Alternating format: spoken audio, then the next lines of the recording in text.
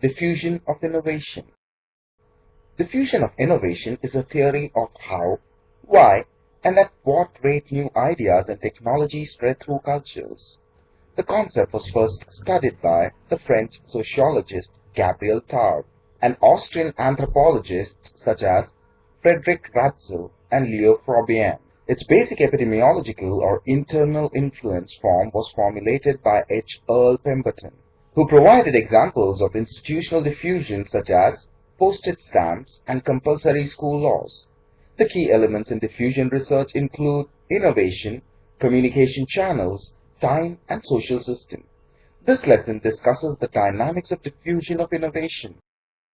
It follows from the previous slide that after studying this lesson, you should be able to enumerate the type of innovations, analyze the diffusion of innovation process and adoption process, analyze the factors affecting diffusion of innovation, analyze the role of consumer behavior in diffusion of innovation.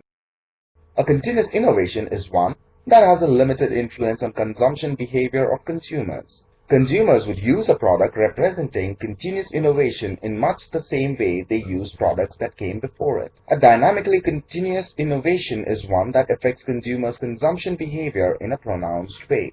A discontinuous innovation represents a product so new that consumers have never known anything like that before. Innovation can also be categorized by the benefits that products or services offer. Some services, attributes, or ideas are functional innovation because they provide functional performance benefits to consumers over existing alternatives.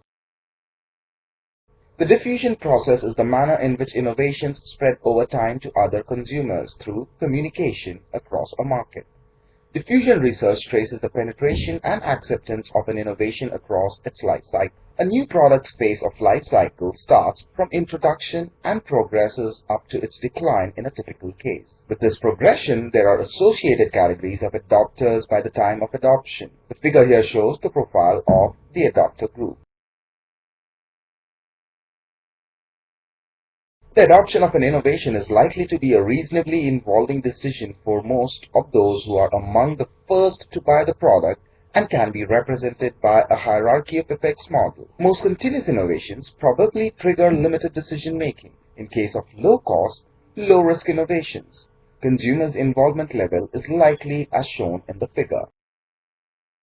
The rate at which the diffusion of an innovation takes place is a function of 10 factors which include type of target group, number of people involved in decision-making, extent of marketing effort involved, need fulfillment, compatibility, relative advantage, complexity, observability, triability, perceived risk. The target market for the new product is an important factor in influencing the rate of diffusion.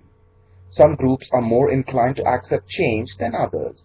In general, affluent, young, and highly educated groups tend to try and accept new products readily. If fewer individuals are involved in making the purchase decision, the innovation is likely to spread more rapidly. When two or more family members are involved in making the purchase decision, the diffusion will be slower than innovations that primarily affect one individual. The diffusion of innovation is very significantly influenced by the extent of marketing efforts undertaken. The more involving and obvious the need that the innovation satisfies, the faster the diffusion.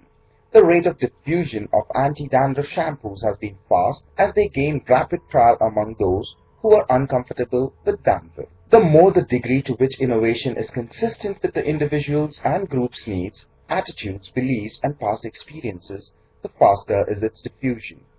If consumers perceive an innovation as better in meeting their relevant need compared to existing ones, the diffusion will be more rapid. If an innovation is difficult to understand and also difficult to use, its diffusion would be slower. Product simplicity and ease of use are important factors in speeding up the process of diffusion. The diffusion will be more rapid if the ease with which consumers can observe the positive effects of adopting an innovation is high. The degree to which a product can be tried before adoption is much less a problem with low-cost or low-risk items such as cold remedies, but cellular phones, fax machines, and computers, etc. can be demonstrated in actual use and tried on a limited scale. If consumers can purchase a product in small quantity, then trial is relatively easy. And lastly, the more the risk associated with trying a new product, slower is the diffusion process.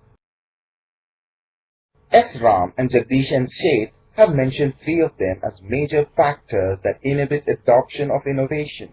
These barriers are value barriers, usage barriers, and risk barriers. Value barrier refers to the product's relative advantage compared with substitute products. When cellular phones were introduced, they were too expensive for most general consumers relative to the value they could get from commonly used telephones. Usage barrier. Usage barrier results when an innovation is incompatible with consumers' long-established practices. Internet shopping is not consistent with most Indians' shopping habits, and its diffusion is extremely slow in this country. Risk barrier. Risk barrier is concerned with physical, economic, functional, or social risk for adapting an innovation. If the intensity of perceived risk is high, consumers are likely to wait and watch till such time that they are reasonably assured that there are no unusual risks associated with the product adoption. Time is an important component of diffusion theory and concerns the time of adoption of an innovation by consumers, considering whether consumers are earlier or later adopters and the rate of diffusion.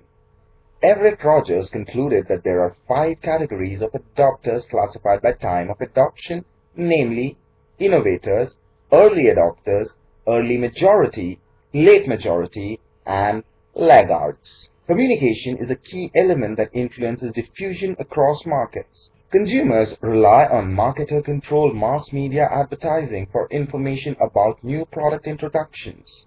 Advertising campaigns are designed to create awareness among potential consumers and communicate relevant information about features and benefits. Culture may have an important influence on the diffusion of innovation. Low-context cultures are those that rely primarily on verbal and written communication in transmitting meaning.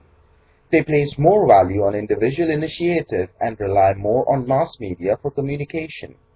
High-context cultures rely primarily on non-verbal communication, with little difference in norms, values, and socio-economic status among groups. The product life cycle is tied to the phenomenon of diffusion of innovation. When a new product comes out, it is likely to first be adopted by consumers who are more innovative than others.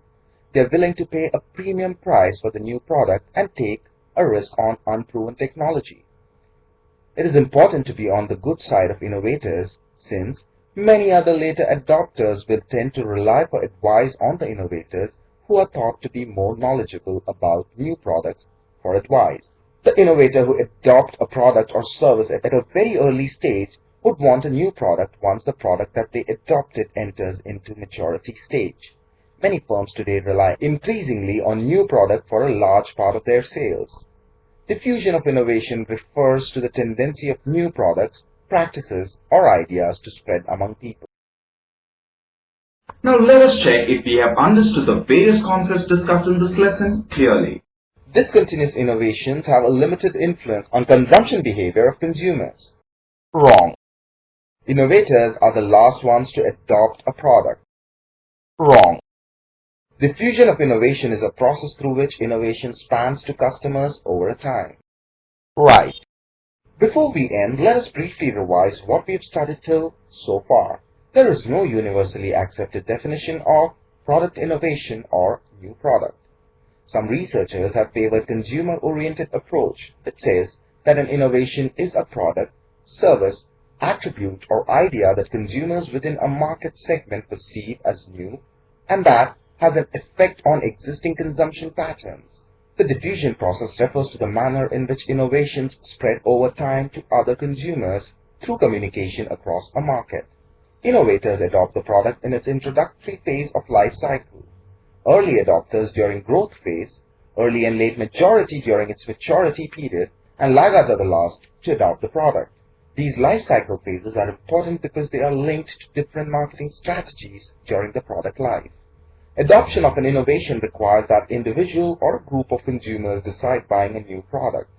The process of diffusion starts when early adopters influence group members and other acquaintances. Adoption of an innovation is a reasonably involving decision for new adopters and is best described by hierarchy of effects model. Post-purchase evaluation is likely to have important implications. Communication is a key element that influences diffusion across markets, as early adopters rely on mass media for information about new products. Subsequent adopters show greater reliance on friends and family to help them evaluate new products, and word of mouth increases in importance. Members of low context culture rely primarily on verbal and written communication in transmitting the meaning, place more value on individual initiative, and rely more on mass communication. High context culture rely primarily on nonverbal communication, with little difference in norms, values, and socio-economic status among groups. Members of such culture place more value on interpersonal contacts. One would expect rapid rate of diffusion in high context cultures as the credibility of information providers is high.